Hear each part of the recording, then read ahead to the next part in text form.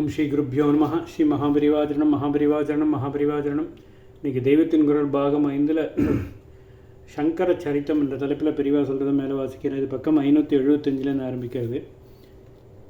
நம்முடைய குரு பரம்பரையில் வசிஷ்ட புத்திரரான சக்தி என்ற ரிஷி இடம்பெற்றிருப்பதற்கு இப்படி காரணம் தெரிகிறது.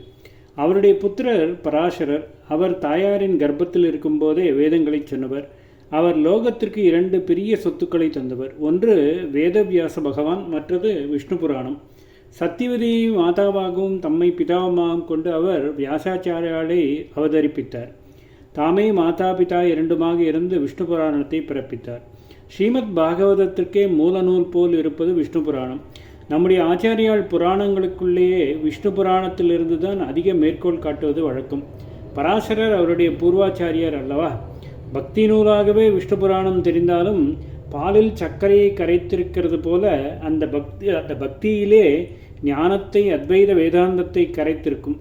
விஷ்ணு புராணம் முழுக்க அங்கங்கே இப்படி அநேக திருஷ்டாந்தங்கள் காட்டலாம்.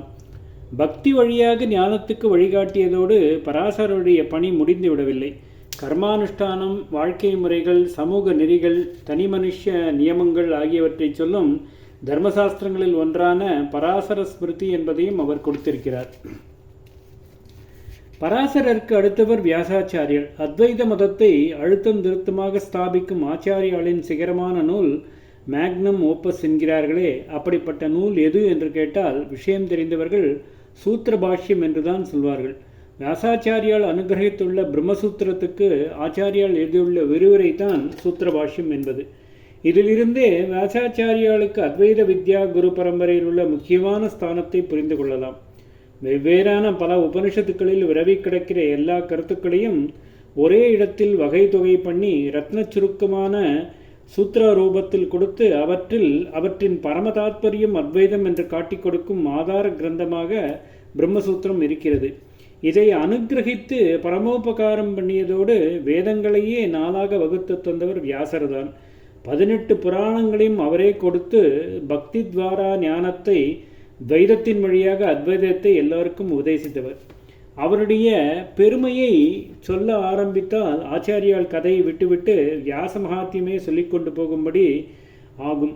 இப்பொழுது ஆச்சாரியால் சரித்திரம் என்று ஆரம்பித்துவிட்டு அவருடைய அவதார கட்டத்திற்கு கூட வராமல் என்னென்னவோ விஷயங்களாக பார்த்து கொண்டு போகிறோமே என்று இருக்கலாம். என்னென்னவோ விஷயமில்லை, இதெல்லாம் சேர்ந்துதான் ஆச்சாரியால் சரித்திரம். அவர் அவதாரம் பண்ணி 32 வருஷ ஆயுள் காலத்தில் செய்து காட்டிய அநேக காரியங்களும் அப்பொழுது கடந்த சம்பவங்களும் மாத்திரம் அவருடைய சரித்திரத்தை சொல்லிவிடவில்லை. தொன்று தொட்ட நம்முடைய மகத்தான சமய நாகரிகத்துக்கே ஆத்மீக மரபுக்கு ஒரு பிரதிநிதியாக வந்தவர் அவர். ஆகையினால் இந்த பெரிய கலாச்சாரத்தில் சம்பந்தப்பட்ட எல்லா விஷயங்களும் சேர்ந்துதான் அவருடைய சரித்திரம். இதெல்லாம் என்னென்னவோ சம்பந்தமில்லாத சமாச்சாரம் இல்லை. இதெல்லாம் தெரிந்து கொள்ளாமலேயே ஆச்சாரிய சரித்திரம் கேட்டு விட்டோம் என்றால் அது ஏதோ இடுக்கு வழியாக ஒரு பெரிய மலைத்தொடரில் கொஞ்சம் பாகத்தை பார்க்கிற மாதிரி தான். ஆனாலும் கூட அவருடைய 32 வருஷ ஜீவித சரித்திரத்திலேயே சொல்ல வேண்டியதாக ரொம்ப விஷயங்கள் இருப்பதால் பீடிகையை குறைத்து கொள்ளத்தான் வேண்டும்.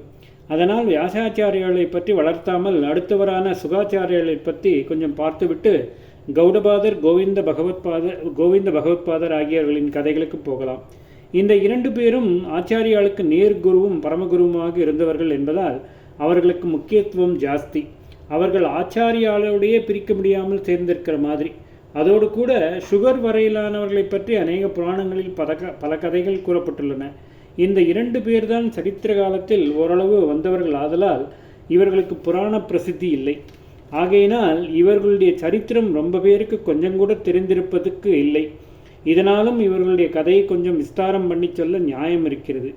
இதெல்லாவற்றுக்கும் மேலாக மகாவிஷ்ணுவில் ஆரம்பித்து சுகர் வரையில் உள்ள அந்த 7-8 பேரும் ஆச்சாரியாளின் மதத்தைச் சேர்ந்த அத்வைதிகளுக்கு மாத்திரம்தான் பூஜிதமானவர்கள் என்றில்லை. துவைதிகள், விசிஷ்டாத்வைதிகள் முதலியவர்களுக்கும் அவர்கள் பூஜிதர்கள்தான். இன்னும் சொல்லப்போனால் நமக்கு, அதாவது அத்வைதிகளுக்கு மகாவிஷ்ணு மூல குரு என்பதோடு பல முக்கிய தெய்வங்களில் ஒருத்தர் என்றிருக்க வைஷ்ணவர்களுக்கும் மாத்வர்களுக்கும் அவர்தான் முழுமுதல் தெய்வமே. பராசரரிடம் ராமானுஜருக்கு விசேஷமான ஈடுபாடு உண்டு. அவர் தம்முடைய குருவின் 3 முக்கியமான ஆங்கிகள் ஒன்றாக கருதியதே பராசரிடம் வியாசரிடம் பக்தி பண்ணிக்கொண்டு அவர்கள் பெயர்கள் என்றும் நிலைத்திருக்கும்படி பண்ணுவதாகும். அவருக்கு ரொம்பவும் நெருக்கமாக இருந்த குரத்தாழ்வாரின் புத்திரருக்கு பராசர பட்டர் என்றே பெயர் வைத்தார். வியாசாச்சாரியாலை திருமதஸ்தர்களுமே தங்கள் மூலபுருஷராக சொல்லிக் கொள்கிறார்கள். பிரம்மசூத்திரத்துக்கு ராமானுஜ பாஷ்யம், மத்வரின் பாஷ்யம் ஆகியனவும் தான் இருக்கின்றன. மாத்வர்கள் வியாசராயர் என்ற பெயர் கூட வைத்துக் கொள்கிறார்கள். வியாசராய மடம் என்றே அவர்களுடைய மடம் ஒன்று உண்டு. சுகபிரம்மமும் எல்லா சம்பிரதாயஸ்தர்களுக்கும் பொதுவானவர்தான். பெரிவா சிரித்து, பிரம்மம் எல்லோருக்கும் பொதுவாக இல்லாமல் எப்படி இருக்கும்? கௌடபாதனும் கோவிந்த பகவத்பாதனும் தான் முழுக்க அத்வைதிகளாகவே இருந்து அத்வைத சம்பிரதாயஸ்தர்களின் குரு பரம்பரையில் மாத்திரமே இருப்பவர்கள். மற்ற சம்பிரதாயஸ்தர்கள் அவர்களுடைய சித்தாந்தத்தை ஒப்புக்கொள்ள மாட்டார்கள், அவர்களை கொண்டாடவும் மாட்டார்கள். நமக்கென்று ஏற்பட்டவர்கள் என்பதாலும் அந்த இரண்டு பேருடைய சரித்திரங்களை தெரிந்து கொள்ள நாம் கடமைப்பட்டிருக்கிறோம். ஓம் ஸ்ரீ குருப்யோ நமः. ஸ்ரீ மகாபரிவாஜனம் மகாபரிவாஜனம் மகாபரிவாஜனம்.